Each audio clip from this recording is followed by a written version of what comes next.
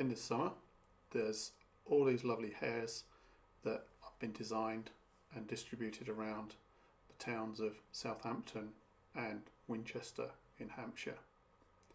They're all there for charity, so we thought, why not quickly snap one up, and the best way to do that was to use Artec Leo.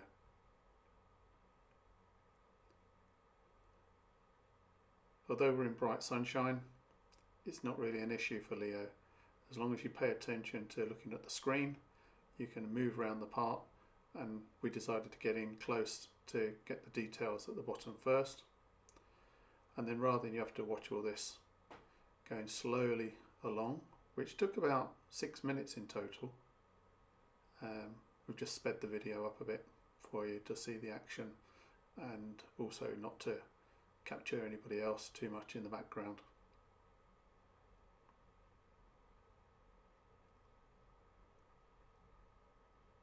Checking on the screen is important, and also pausing helps you to keep the files in easy manageable sections.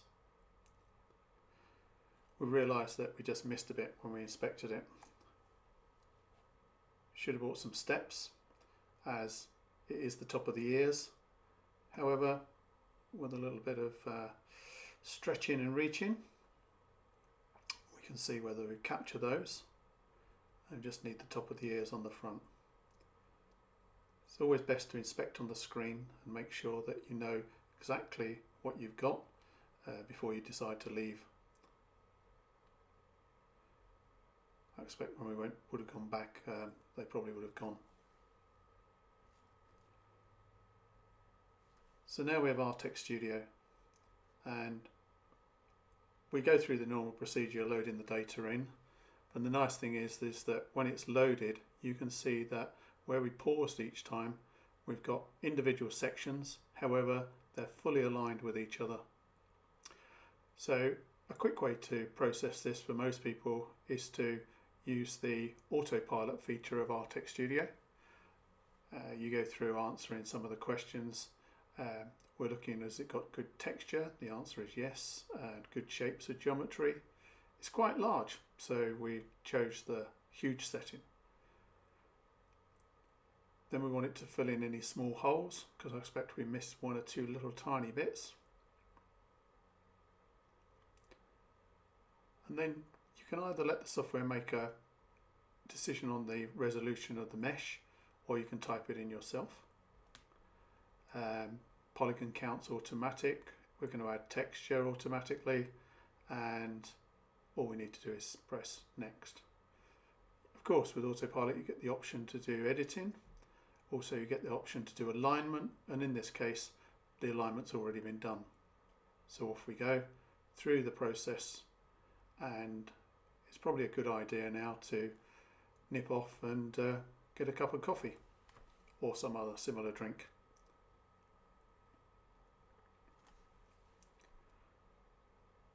This processing is running in real time at the moment, and what we will do is we will stop showing this, because you're really going to spend about 10 minutes to go through all of this. So after 10 minutes time, here we have a nice fused model.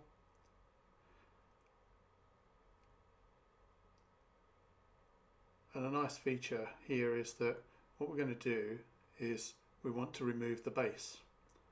So using the CAD features, you can actually go in here and either create by typing in coordinates, or you can fit to the mesh a plane, cylinder, or any of the other attributes we can use in Artec Studio. So selecting a piece of the area that we think is fairly flat, the segment tool finds an area that's flat. You choose a plane. There's different methods of fitting, we'll just use the exact method now. So there's our plane. It is coincident with the bottom, so what we can do is we can transform that plane a little bit. So with the transformation tool we can specify, or we can drag on our plane the distance we want to move. So here we can move it up in the Z-axis slightly, we were looking to get about 6 or 7 millimeters or so. You can adjust that precisely if you want to, but you can see now the plane is off the base.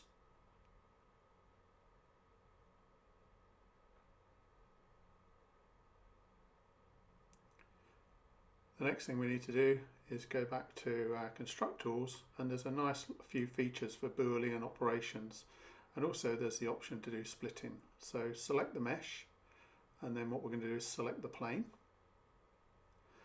And before we tell it to split, we can keep the original if we want to, so you can still keep the original model, and then you say create mesh.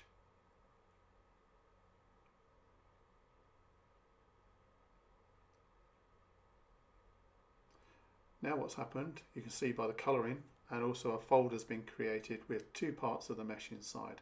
So we've got one, the top half, and the bottom half. We're just interested in the top half, but there's a few little pieces like the bolt heads that we don't need. So we could nip back to our tools, use our small object filter, and all the small bits have disappeared. Now sometimes when you split a mesh, it may be that there was coinciding triangles or other bits and pieces, so therefore it can't fill the holes. And we can see here if we use hole filling that there seems to be a problem. So a little hidden tool, it's always been in Artec Studio from the beginning and generally not needed very often, but it's called repair.